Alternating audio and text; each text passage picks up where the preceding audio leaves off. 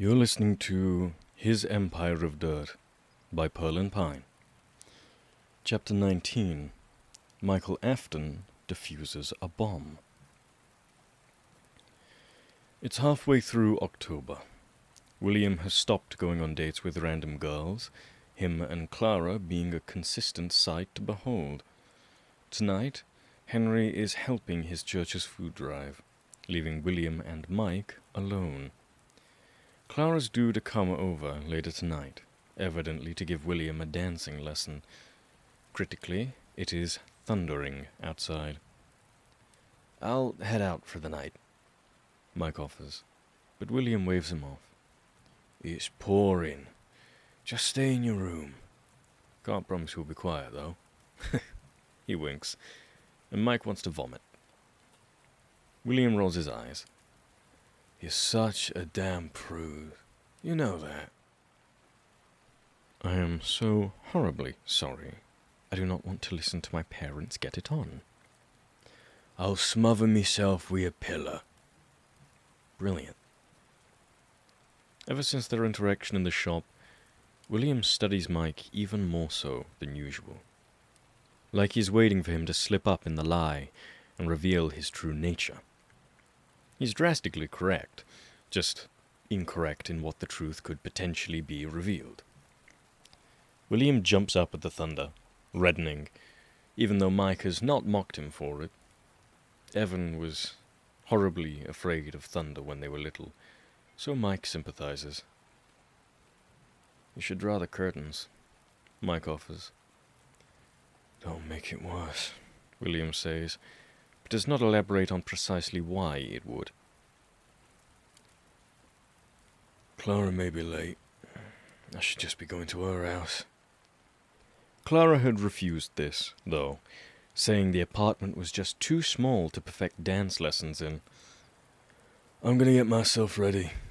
I'm used to Chip now, I believe. That's character." Like a lion, Mike thinks, but nods.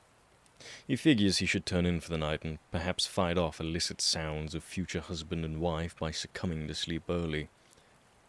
He heads to his room, sketching in his pad. It's a doodle of a bear and a rabbit, the hare atop the larger mammal's head, hopping above and trying to grab a beehive for its companion, the thunder continuing so loudly that even Mike startles at it. Then he hears something crash from within the apartment. He bolts from the bed and scans the living room and bathroom. There's nothing, so he raps on William's door. "Will? You in there?" There's no reply, so Mike throws the door open. Shit. The mirror has fallen on the ground, and William is pulling at his hair, his body viscerally reacting to every clap of thunder. When he meets Mike's eyes, he retreats to the wall. He stoops down and grabs a stray piece of glass, pointing it at Mike as if Mike is about to hurt him. "You keep away from me," he orders, his palm bleeding as the glass cuts into him. "Will, what's going on?" The thunder claps harder, like it's attacking the apartment itself, and William flinches. Mike furrows his brow and remembers the journal. "I had an episode today. If I told anyone about him, I'd be locked up far away. Thankfully, they've only been occurring following events that remind me of back then. A car backfiring, a thunderstorm." "Hey, it's all right." William shakes all over, shakes his head, shakes everything, and he seems to finally be aware of the glass collecting his blood, for he lets it clatter onto the ground. He stares at his hand, his eyes wide, and releases a little yelp. He drags his hand across his face as he slides against the wall, still shaking his head, muttering under his breath. "The bombs," he says, and his eyes are vacant. "I need enough money for a shelter for the bombs." "I'm gonna go get a towel, all right? For the blood." "Do not." William isn't looking at Mike as he talks to him. "You told me to be brave. I need to be brave, brave, brave." I've never been brave. I'm not brave, Fritz. The bombs are coming back. They're not bombs, I promise. They always come back. They always do. Mike is too worried to leave William by himself for a moment, so he shrugs off the jacket he's wearing and kneels down by his father, near where the glass isn't. I'm gonna wrap your hand, all right? Stop! Don't touch me! Okay. I won't. I promise. Can I sit next to you? After several moments of deliberation, William shakily nods. Mike sinks to the floor beside William, not touching him, watching his blood pool. Are you okay with the blood? I like blood, he says, speaking like someone else is puppeteering him. If I feel hurt, then I'm alive. The bombs haven't covered me. He stares at Mike. They don't bleed, you know. They just get blown to bits. Dad never sobbed during thunderstorms. But he did grip Mom's hand longer. He did stay in his study for most of the night. He did hold on to Lizzie tighter. Holy hell. Dad was always chasing away the bombs, wasn't he? You can't lose too much blood, Will. It's not good for you. It is good. Being alive is good. He won't stop shaking, though. If he were anyone else, Mike knows he would be crying. We'd stay in the shelter for days. Sometimes. Just Mum and me. Once, I emerged. And there was a body. And that's my first ever memory. The face was so blown to hell, you couldn't even tell if it were a man or a woman or anything in between. It was just a corpse. That's all we ever are. We're just corpses. We're not. Corpses don't bleed, right? They don't have heartbeats. They don't cry. I do not cry. I don't have a heartbeat. I need to take someone's heart and make it mine. Mike's heart is thundering in his chest. Dad takes to bring back his family back to life. Dad takes because he needs to kill. Dad takes because it's the only time he feels alive. When else do you feel alive, Will? When? He inhaled sharply. When I build great things. When I hold Henry and I undress him. And he calls me beautiful. When Clara looks upon me like I am desirable. When, he gulps, when you teach me how to swim. Then William presses his palms to his head and begins banging them against his temples. Hey, stop that! Mike grabs William's wrists and forces them away from his temples, and William keeps convulsing with each clap of thunder. I'm drowning, William says, breathing like he truly is. I'm drowning. I've always been drowning. Once a bomb went off, and water leaked into the shelter, and we almost drowned. and she wouldn't teach me how to swim. And I almost drowned in the Thames. I'm always almost drowning. Dad was drowning too. I am too. Well, no, you've got people that want to pull you out. I don't. Henry will. Clara will. Mike swallows. I will. I got you. I taught you to swim, didn't I? William hesitantly nods. Good. It's all right. They're not bombs. Well, they'll always be bombs. Bombs, but things trying to kill me. You say I can't, but I have to. I don't know how to do anything else. I'll fucking kill anyone. I've got to. I'm gonna die one day, and I can't stand that. I don't want to die for it. I can't.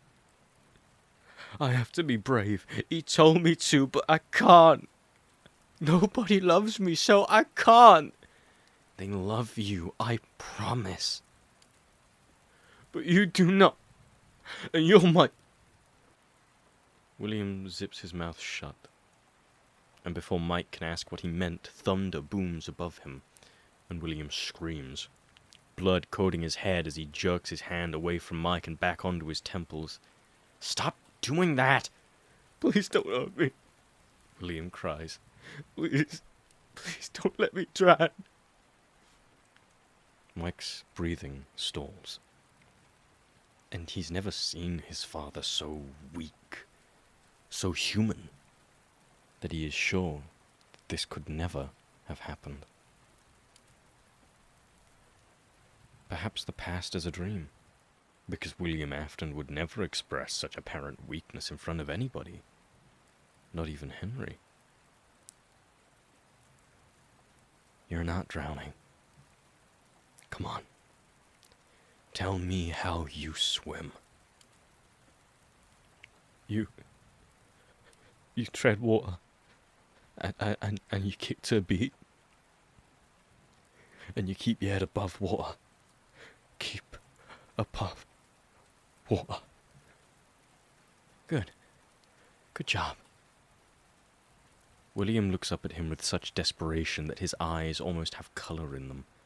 Colour speckled with fear and humanity. And after a moment, he nods his head, his shoulders slacking. In a movement Mike cannot bring himself to believe, William raises his bloodied hand and meagerly asks, "Would you help me, Fritz?" Mystified, Mike nods, and he wraps his jacket around his father's hand and applies pressure to the area. I know you want to die. I saw you underwater. You almost opened your mouth. You told me you'd tried to die before. Mike is frozen. I'm gonna fucking kill your father for doing that to you, Fritz. Okay, William. The thunder is relentless, and William shudders, and in another disbelieving movement, he rests his head against Mike's chest. Can I tell you a secret? Go ahead. His voice is so quiet as he whispers. I think my imaginary friend was real, and he told me to make a promise. And I forgot it. I forgot the promise, Fritz.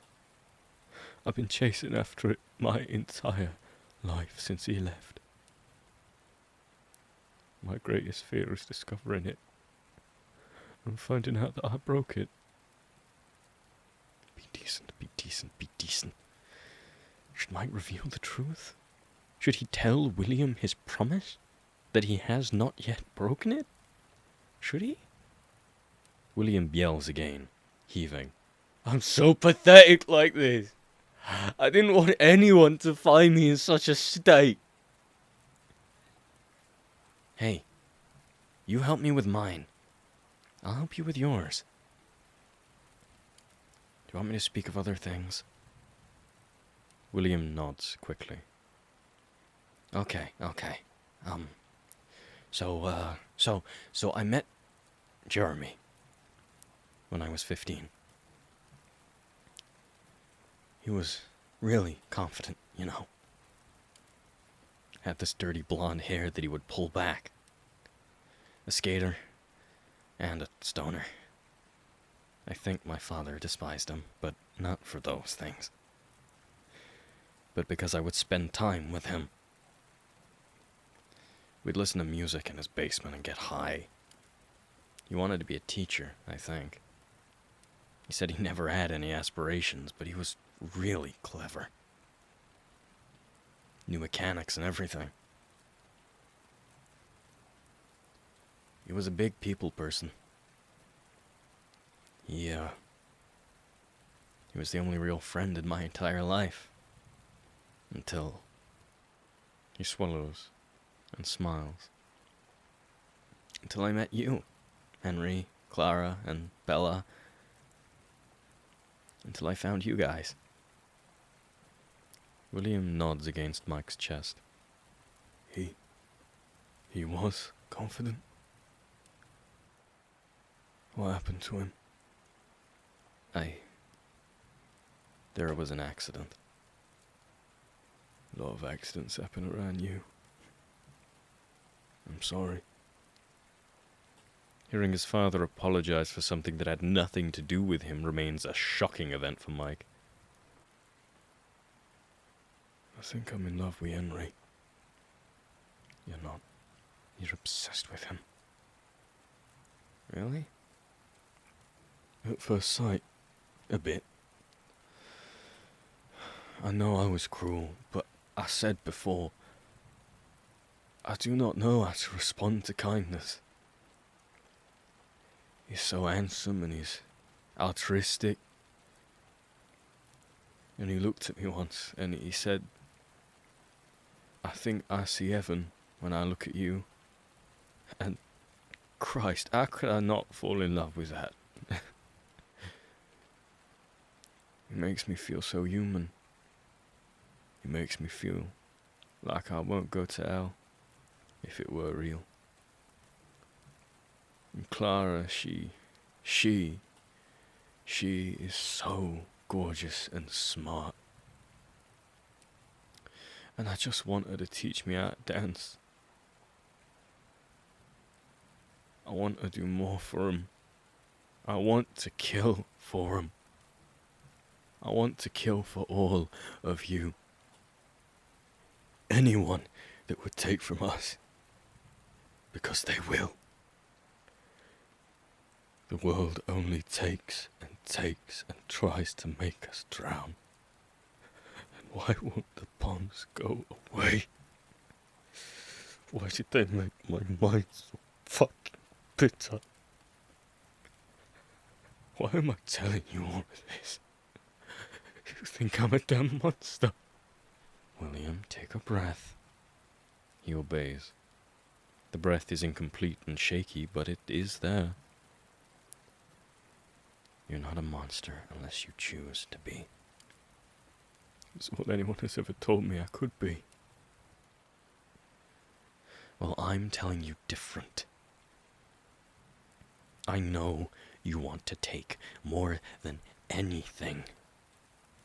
But you have to think of the people that you're taking from.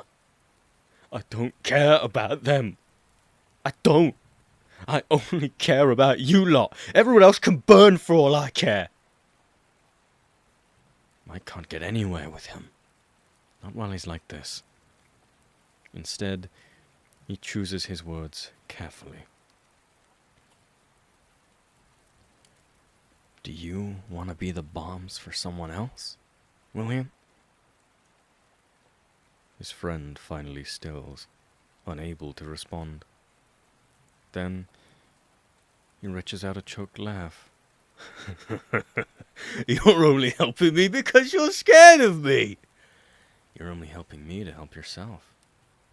Mike softly counters. The thunder begins to quiet, rain pattering against the window.